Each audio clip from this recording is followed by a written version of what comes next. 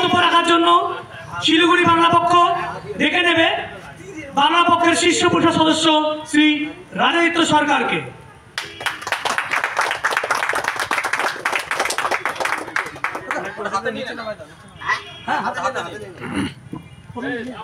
নমস্কার। জয় বাংলা।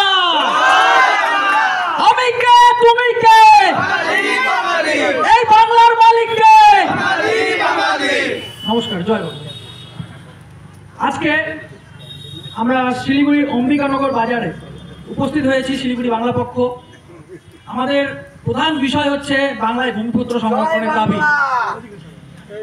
বাংলায় ভূমিপুত্র সংরক্ষণের প্রয়োজন কেন? আজকে দেখবেন ভারতবর্ষের বিভিন্ন রাজ্যে, যেমন ইউপি, হরিয়ানা, রাজস্থান, তামিলনাড়ু, মহারাষ্ট্র, ঝাড়খণ্ড, ইতিমধ্যে বিহারেও হয়ে গেছে ভূমিপুত্র সংরক্ষণের যে আইন প্রণয়ন। কথাটা হচ্ছে যে আজকে এই ভূমিপুত্র সংরক্ষণের প্রয়োজন কেন হয়ে দাঁড়ালো বাংলার জন্য?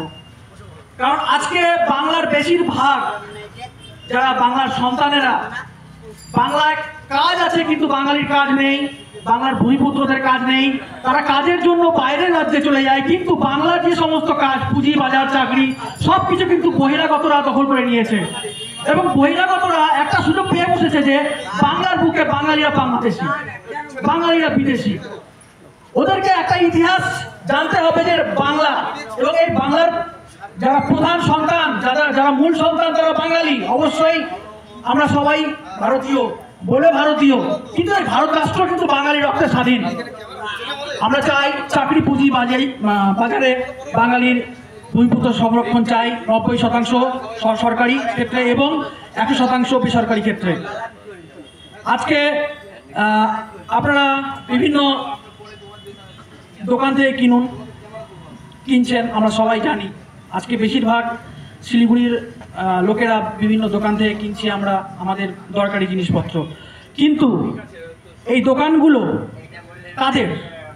এই দোকানগুলো কাদের আমরা কি একটু লক্ষ্য করেছি?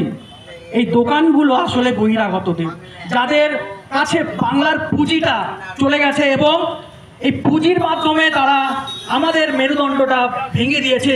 মনে রাখতে লাগবে, যেই জাতির পুঁজি নেই সেই জাতি কিন্তু মেরুদণ্ডহীন। আজকে বাংলার মাটিতে বাংলার পুঁজি বাঙালির নেই। কেন? বাংলার পুঁজি বাঙালির হতে লাগবে। আজকে কয়জন আজকে পশ্চিমবঙ্গে তথা ভারতবর্ষের শীর্ষ 100 জনের মধ্যে করদাতা কয়জন বাঙালি? পশ্চিমবঙ্গে শীর্ষ 20 জনের মধ্যে কয়জন বাঙালি? প্রশ্ন করুন, দেখবেন সিংহভাগই কিন্তু বাইরের রাজ্যের লোকরাই দখল করে নিয়েছে সেই ট্যাক্স দেওয়ার জায়গাটা। কিন্তু ট্যাক্সটা বাংলা থেকেই উঠে বেশি। আজকে অহিন্দি রাজ্যের ট্যাক্স দিয়ে ভারতবর্ষ চলে এবং এই ভারতবর্ষ অহিন্দি রাজ্যের ট্যাক্স ছাড়া চলতে পারে না। আমরা জানি সবাই, বাংলা তার মধ্যে অন্যতম। বাংলাতে কি নেই? বাংলাতে ধান, পাট, কয়লা, চা সবকিছু রয়েছে। এমনকি কিছুদিন আগে অশোকনগরে আমরা দেখেছি খনিজ তেল উত্তোলন হয়েছে, সেখানে স্পষ্টভাবে ধরা পড়েছে যে সেখানে খনিজ তেল রয়েছে। এবং আমাদের কি নেই? একটু প্রশ্ন করুন, আমরা এত ভয় থাকবো কেন? আমরা এত হীনমন্যতায় ভুগবো কেন যে আমাদের কিছু নেই, বাংলায় বাঙালির কিছু নেই? কেন? বাংলা আসলে বাঙালির ঘর।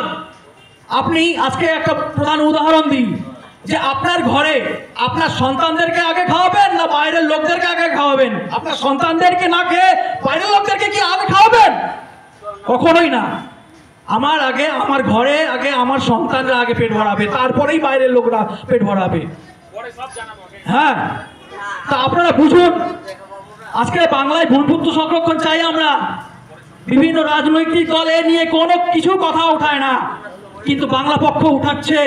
এটা প্রয়োজন রয়েছে। তামিলনাড়ুতে দেখুন, তামিলনাড়ুতে গিয়ে দেখুন, মহারাষ্ট্রতে গিয়ে দেখুন, সেখানে তামিল ভাষা দিয়ে কিছু বললে, উল্টাপাল্টা বললে, মহারাষ্ট্রে মারাঠি ভাষা দিয়ে কিছু বললে, সেখানকার ভূমিপুত্ররা কড়া জবাব দিয়ে দেয় যে মহারাষ্ট্রে থাকলে মারাঠি তোমায় শিখতে লাগবে, জানতে লাগবে এবং পরিষেবা দিতে হবে। তামিলনাড়ুতে ঠিক একই, সেখানে তামিল ভাষায় পরিষেবা দিতে হবে। হিন্দি সাম্রাজ্যবাদ সেখানে চলে না, উর্দু সাম্রাজ্যবাদ সেখানে চলে না। আমরা চাই আমাদের মাটিতে আমাদের সন্তানেরা তাদের অধিকার ফিরে পাক এবং স্বাধীনতার পূর্ববর্তী সময়ে যে বাংলা একটা ঐতিহ্যময় গৌরবময় অধ্যায় ছিল সেই অধ্যায়টা ফিরে পাক। আজকে বাঙালি রক্তে ভারতবর্ষ স্বাধীন, আজকে বাঙালি রক্তে ভারতবর্ষ স্বাধীন। আমরা আমাদের গৌরব আমরা ফিরিয়ে পাবো, ভূমিপুত্র সংরক্ষণ আমরা চাই। এই নিয়ে শিলিগুড়ি তথা বাংলার বিভিন্ন জেলায় বাংলা পক্ষের কর্মসূচি চলছে, আরও চলবে, বৃহত্তর আন্দোলন চলবে, থামবে না যতক্ষণ না আমরা আমাদের উদ্দেশ্য সফল করতে পারি। আসুন একে একে অম্বিকানগর বাজার হোক, শালুগাড়া হোক, এনজিপি হোক, মহাবীরস্থান হোক, সেবক রোড হোক, ভেনাস মোড় হোক, চাম্পাসারি হোক, যেখানেই হোক না কেন সমস্ত জায়গার বাঙালিরা ভূমিপুত্ররা একত্রিত হন এবং দাবি উঠান যে আমরা বাংলায় ভূমিপুত্র সংরক্ষণ চাই। মিজোরাম হোক, সেখানে মিজোরাম একটা কথা বলি যে মিজোরাম, তারপরে বিহারে, ইউপিতে বাঙালি আক্রান্ত হচ্ছে। কিছুদিন আগে বাঙালি শ্রমিক ভাইয়েরা তারা দুর্ঘটনাগ্রস্ত হয়, সম্ভবত মিজোরামেই, উত্তর পূর্ব ভারতের যে অংশ সেখানে তারা কাজ করতে গিয়েছিল এবং সেখানে কাজের মাধ্যমে তারা সেখানে দুর্ঘটনাগ্রস্ত হয়ে প্রাণ হারায়। এইভাবে বিভিন্ন রাজ্যে বাঙালি কিন্তু প্রাণ হারাচ্ছে।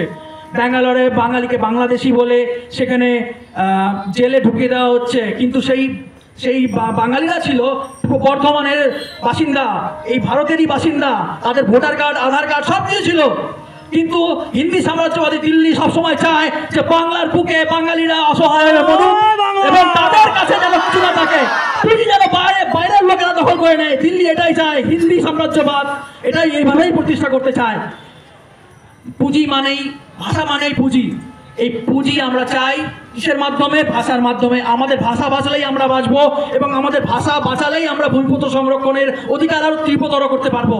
এই নিয়ে আমার বক্তব্য শেষ করতে যাচ্ছি।